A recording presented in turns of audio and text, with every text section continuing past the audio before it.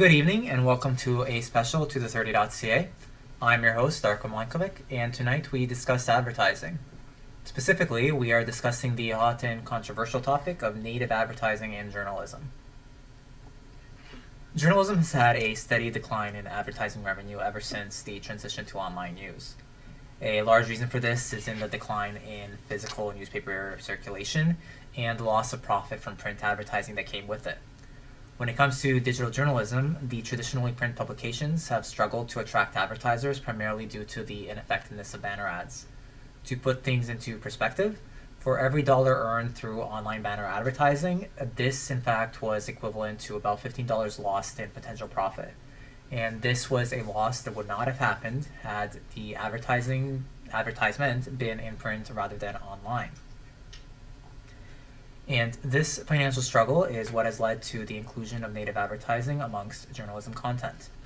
Traditionally known as the advertorial, native advertising was actually once regarded as one of the more skippable forms of advertising. In print media, advertorials had distracting designs, noticeably different typefaces, and used very obvious sales pitch language. They were seen as something to read past and ignore. So these advertorials tended to be content that had been created by an outside agency to be published in the print media. They reflected their advertiser's point of view, whether it be a sales pitch or even a political or ideological slant. The crucial aspect about the advertorials, however, was that they were always presented visually and as a distinct and separate product from traditional journalism content. However, over the last couple of years, as media outlets have looked for more ways to generate online ad revenue, they've started putting pressure on news publications to blur the lines between advertorials and journalism content. This has resulted in the current practice known as native advertising, where advertisers or advertisements are produced and presented visually in the same manner and style as other journalism content. To better understand native advertising, I have invited three guests tonight to be a part of this dialogue and to share with us their own thoughts and opinions. First, we have Dr. Kyle Asquith. Kyle is a faculty member here at the University of Windsor, specializing in courses related primarily to advertising. Thank you for joining us today, Kyle. Well, thanks so much for inviting me, Darko. Also joining us tonight is Craig Pearson. So Craig is a sessional instructor here at the University of Windsor. He teaches on news writing courses in the digital journalism program. He is also a full-time reporter for the Windsor Star and will be able to offer a journalist's perspective. Thank you for being here tonight as well, Craig. Thanks a lot for having me. And our third guest for the evening, Dahlia Mazhar. She is a media strategist and member of the Windsor Star / Post Media's advertising team, and she creates marketing campaigns with the Custom Content Studio. So the Custom Content Studio is the newsroom at the Windsor Star responsible for producing the native advertising campaigns on behalf of the clients. So thank you as well, Dahlia, for joining us. Thank you. Glad to be here. So throughout the summer, I spoke with and conducted interviews with various prominent figures in the Canadian journalism industry. These included Carmel Smith of the Canadian Media Guild, Jim Rankin from the Toronto Star, Paul Morse from Unifor Local 87M, and Dr. Meredith Levine from the Canadian Association of Journalists Ethics Advisory Committee. So one common theme that I found through speaking with these individuals was that especially the working journalists and unionized members, that while they were very accepting of the native advertising practice, they were still quite wary of it. So we'll watch this first video now to really get a sense about the concerns that are out there. No one wants to shut down an additional source of revenue in an industry that's struggling. The unions don't, for sure. Companies don't. So we understand where the pressure's coming from. But why would we destroy what we really have going for us as journalists, and that is credibility and trustworthiness? That is what the craft is about. Why would we destroy that for the sake of an ad? Because in the end, the reason the ad wants to be part of that is because of that credibility. It just becomes a crazy circle where it's destroying what it wants. It isn't going to work for any of us in the end. The advertiser wants great journalism and they want their name attached to it in some form. You know, their concern is not about the journalistic integrity of the work. Their concern is about getting their name on it, right? And you know, enterprises themselves, media enterprises, are worried about declining revenues, and so the pressure on them is to start to cave more and more and more. The issue is when the company says, no, we are going to start telling you that you have to write this stuff. We're going to trade our reputation, we're going to monetize your abilities, we're going to monetize your brand, your reputation as a journalist, and move it forward. And that's a line in the sand that can't be crossed, right? It completely undermines the whole concept of what good, ethical, professional journalism needs to be. So what this is bringing up is an issue of credibility of both the individual journalist and the journalism industry as a whole. So clients want the credibility and prestige of being associated with journalism. If the advertising content is written and presented in a way to appear as if it were news, then it provides the content with an aura of prestige that comes from being associated with this news outlet. And then the concern is that the more these news outlets publish native ads, the more they are forfeiting their own credibility and are therefore losing value to the advertisers. What are your thoughts on the credibility being a primary concern?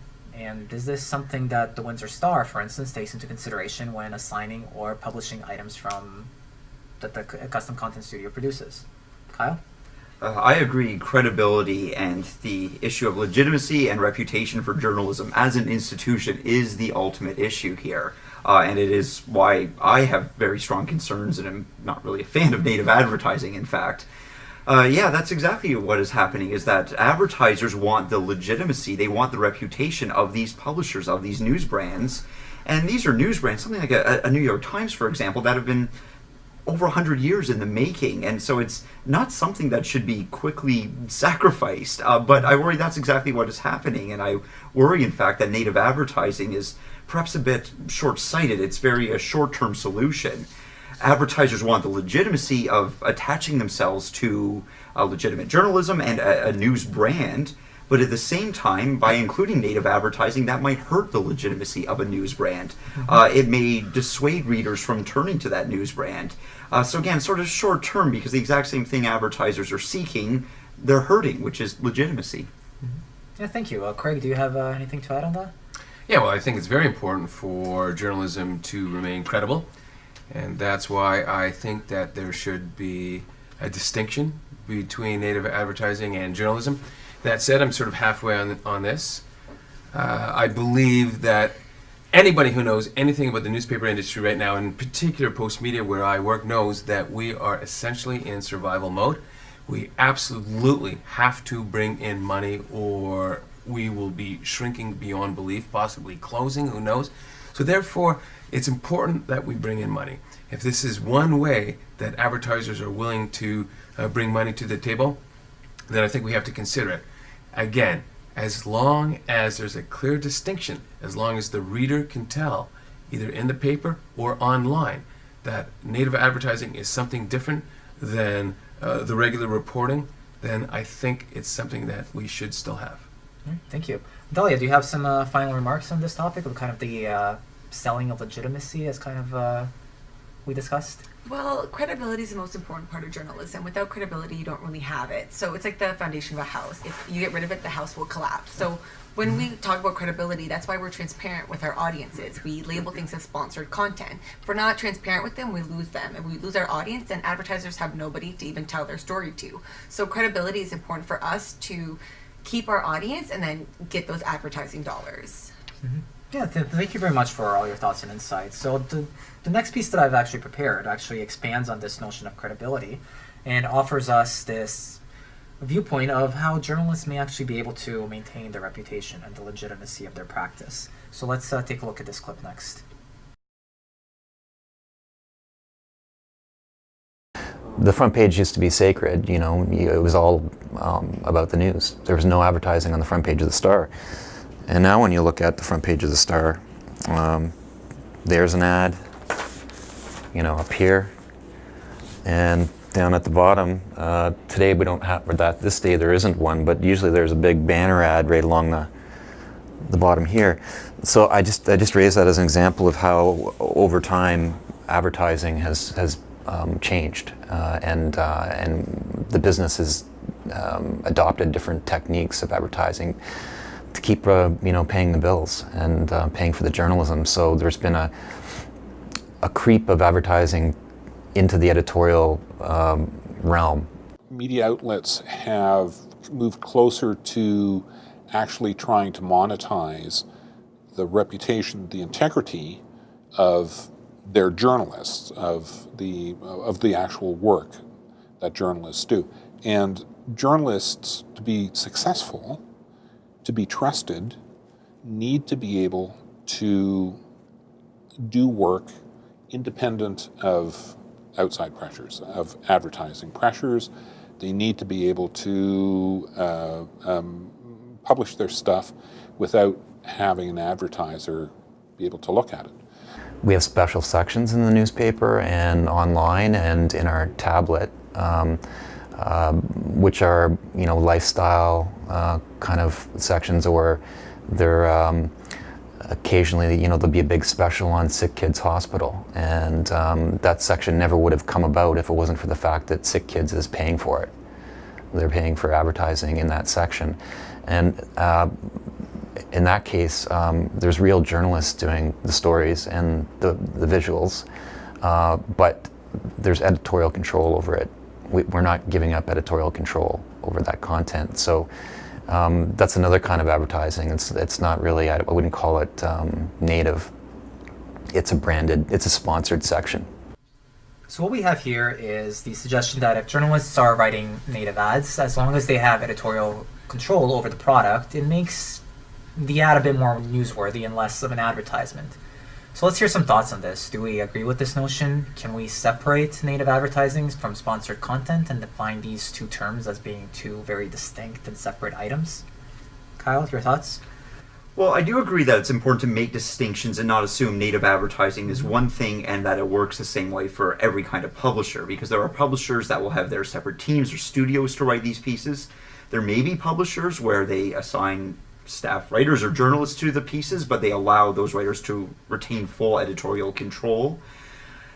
That said, as much as I would applaud any paper for, either separating off a team for this, or if it is going to be a regular journalist or staff writer, to give them full editorial control, I would also think we have to acknowledge that you can never get full control as long as advertisers are paying your bills, regardless of what the advertising strategy is. At the end of the day, advertisers do have the power because they have the power to spend their ad dollars somewhere else. So for example, even if a publisher does custom content or one of these other terms we could use, where the writer or the editorial side gets full independence, full control, if the advertiser doesn't like the piece in the end, they could decide never to do that kind of advertising again. They could decide to spend their ad dollars on another publisher, and that may more indirectly, it's softer, subtle, we're not talking about like kind of direct censorship there, but it still indirectly influences the choices of a publisher. It's nice to try to separate church and state, the business side, from the editorial side of news, but it's a lot trickier in actual practice. Yeah, it kind of brings us to the notion of, self-censorship in order to the journalists censoring themselves in order to appease the client or the advertiser. Craig, do you have thoughts on this? Well, first of all, I don't think you need native advertising for there to be some self-censorship in the news business. I mean, you're not likely to criticize a big advertiser for, a very small reason. I mean, if it's a big thing, I don't think you can avoid it. But that said, on the notion of whether a advertiser would have full control of native advertising, I think the truth is if an advertiser is paying for it, they are going to have control.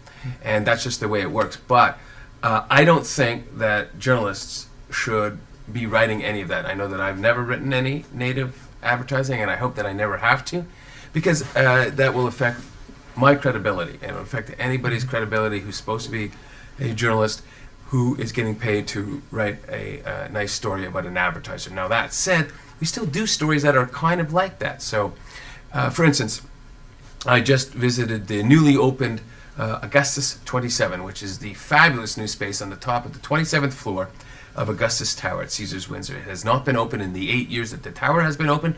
Finally, they have spent $2 million of taxpayer money to open it.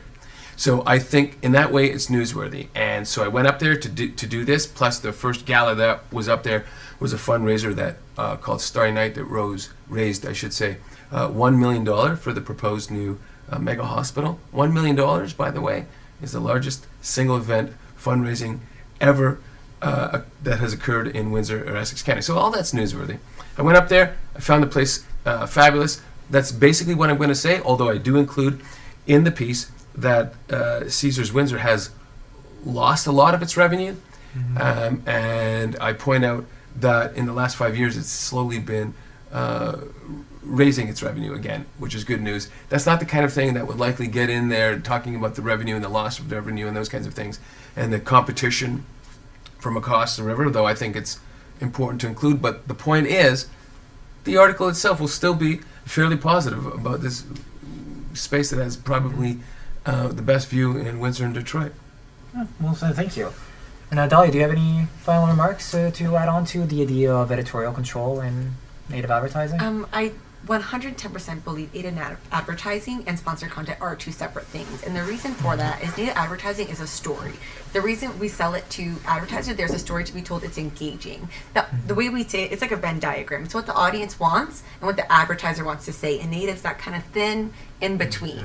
So it is different than sponsored content. It's never buy this, sell this. We have some advertisers that come up to us and they say, we want to do our 75th anniversary. And we go, we can't do that. It's not engaging. Nobody really cares. This is still stories that people want to read. It's just being paid by an advertiser. So they are two completely separate solutions for advertisers, and one still kind of gives the audience a little bit more of what they want.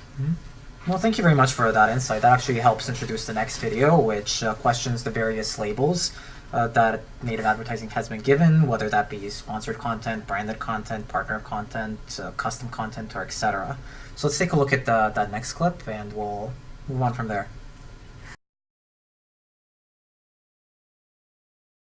And I know there's a move now to have it called sponsored journalism, for example. We don't like that either. It's not journalism. Journalism isn't sponsored. Journalism has a distinct function. And it doesn't serve corporations well or journalists. It in fact diminishes both of us when the viewer isn't clear which is which, because in the end, they don't trust that it's journalists, so they don't trust the company because it's people may feel they're being misled. So it doesn't help us or a corporation that might want to do it. We just think the boundaries have to be clear. At the end of an article, it might say brought to you by, or it might even say at the top, sponsored by. But what does that mean to the average reader when it doesn't look like a normal ad? It looks like journalism content. If you are creating content that in fact mimics journalism content, so if you're creating content to serve private interests that mimics journalism content that's supposed to serve public interests, you are not serving the public. They don't know. The confidence in what they can trust obviously gets reduced. I think you have to put yourself in the viewer's shoes, in the reader's shoes. I'm reading it, and when I'm halfway through, I think, is this an ad?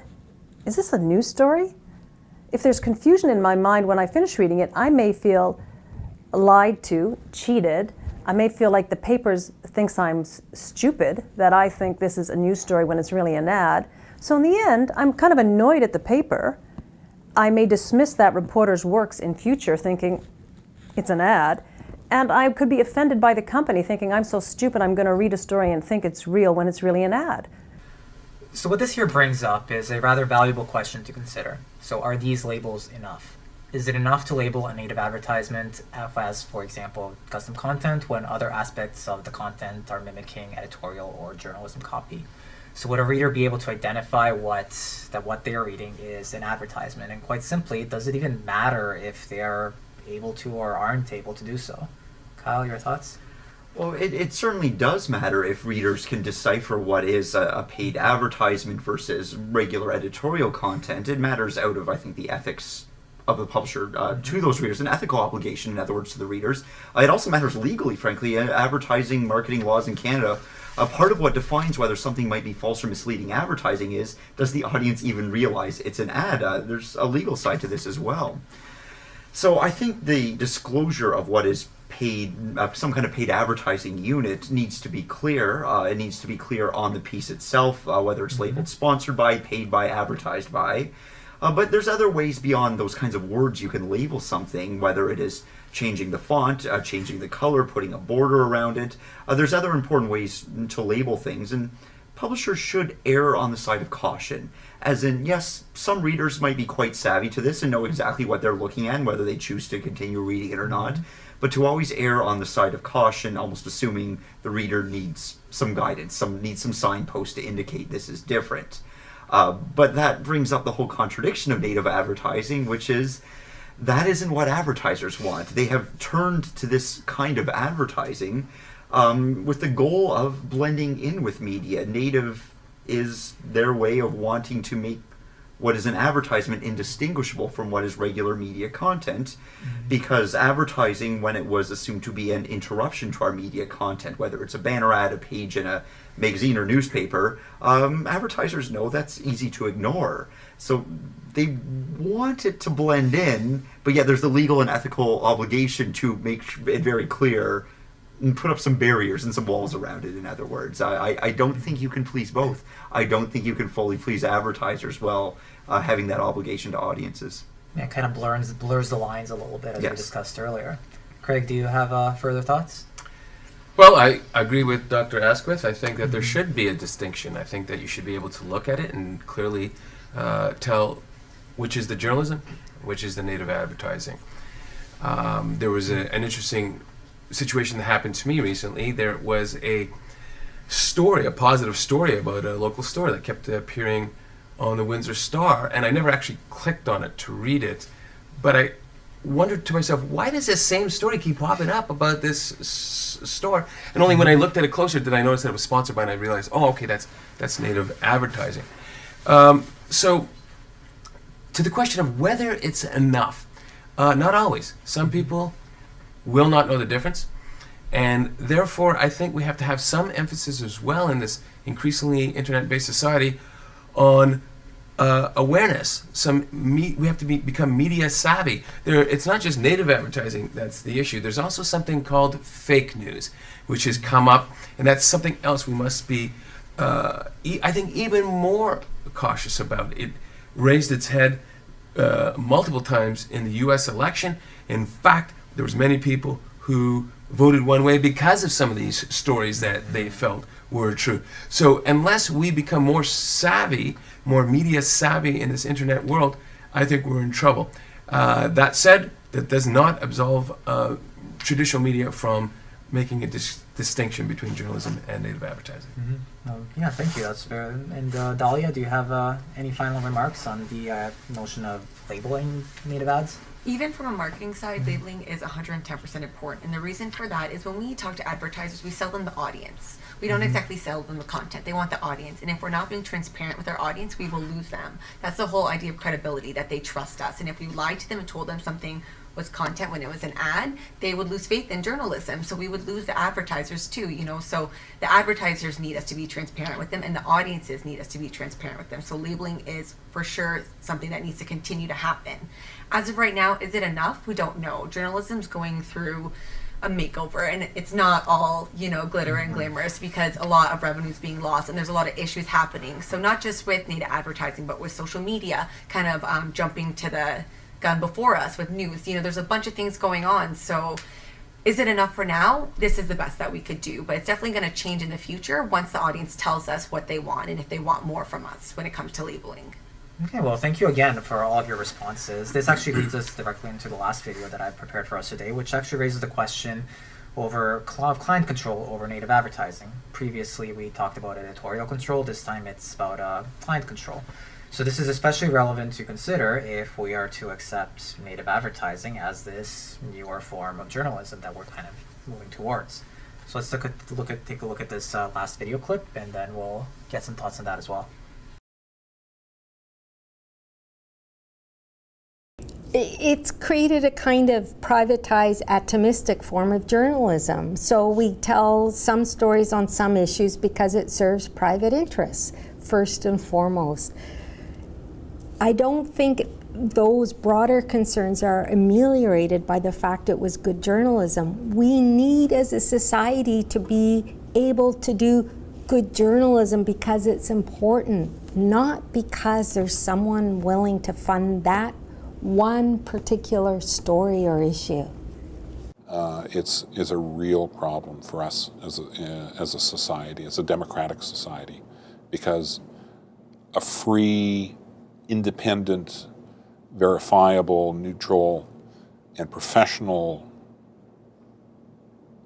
journalism is one of the major pillars of democracy. And if that gets screwed with, it imperils us all. It really does.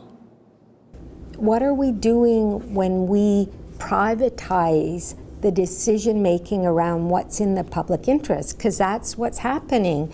We let people with a bit of money, whether they're from the left or from the right, say, I'm really interested in this issue and I think it will help my product or my cause.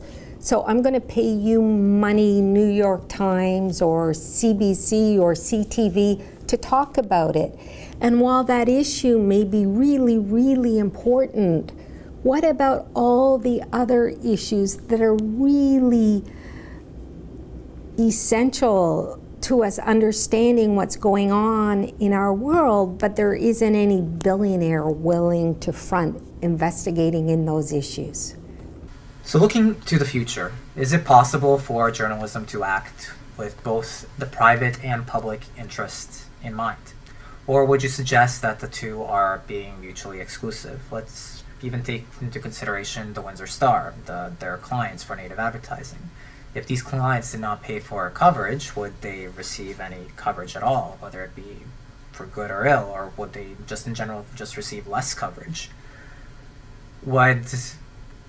And if we consider that they would be getting covered in some way, would that be any different than the coverage that they would have had they actually paid for this content? Kyle? Well, in terms of journalism and both public and private interests, those two things, the public and private interests of journalism, may pull in opposite directions at times, but they're certainly not mutually exclusive. The history of journalism is full of great stories that literally changed society, that took on various powers in a society, that really brought an issue to the attention of citizens.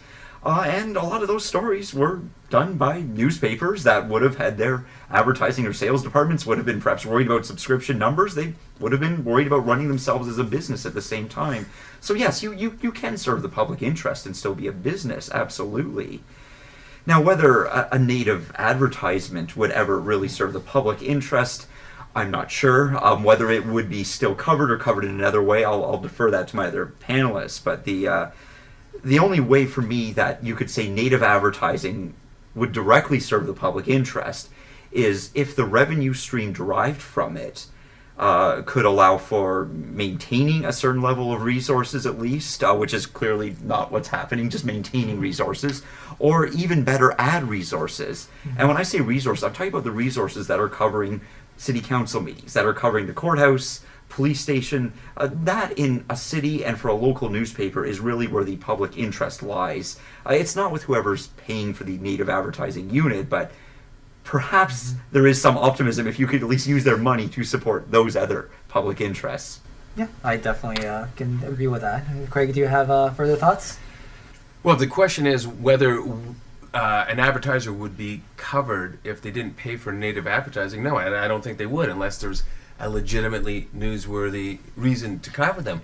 But on the topic of money, do I think that journalism can survive with in a capitalist system? Absolutely. That's how it's always been, and there's been some fabulous journalism that's come out, including Pulitzer Prizes and national newspaper awards and all those types of great stories that I have read personally because I'm a fan of journalism, that I have known people to write, and I like to think that I've occasionally written those types of things myself. That's all based on money. Can a system operate without money? No. Even the CBC, which operates primarily on public dollars, still has that money there to pay people. If you don't pay somebody, it can't continue. So we have the situation with bloggers, for instance, and they're doing some great work out there. But the problem is nobody can continue doing that full time, doing it at a professional level, ad infinitum. They have to stop at some point. Why? Because they have to make a living. They have to earn money. That's the case with all of us. That's why I think that it's imperative that traditional journalism continues. In this media age, there is actually, despite what people seem to think, more interest in journalism today than there ever has been in the history of the world. Hits online and our newspaper and every other newspaper are through the roof. People are sharing traditional media stories more than ever, and that's because they're providing a service that society needs. It would be a dark day if traditional journalism goes down and there's none of that coverage going on, none of that looking into what's happening with government, what's happening with society, bringing news that people need. So can it survive with corporate interest behind it? It's the only way it's going to survive. Okay, thank you. And Dahlia, do you have any final closing remarks? When it comes to native advertising, if it would look the same if a journalist was just called up, it wouldn't. And the reason for that is the journalist has the right to write whatever he or she wants.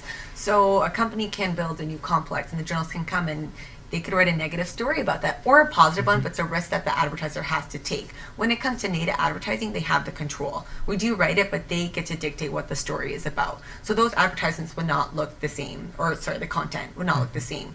Secondly, they're competing against whatever happened that day. So it could be a fire, it could be a pileup on the expressway. If their story is not as important, they're not going to get covered. So they are competing with whatever else is going on in their city. When it comes to public versus private, public is the number one priority for journalism. Without it, we would not exist. That's why we're here.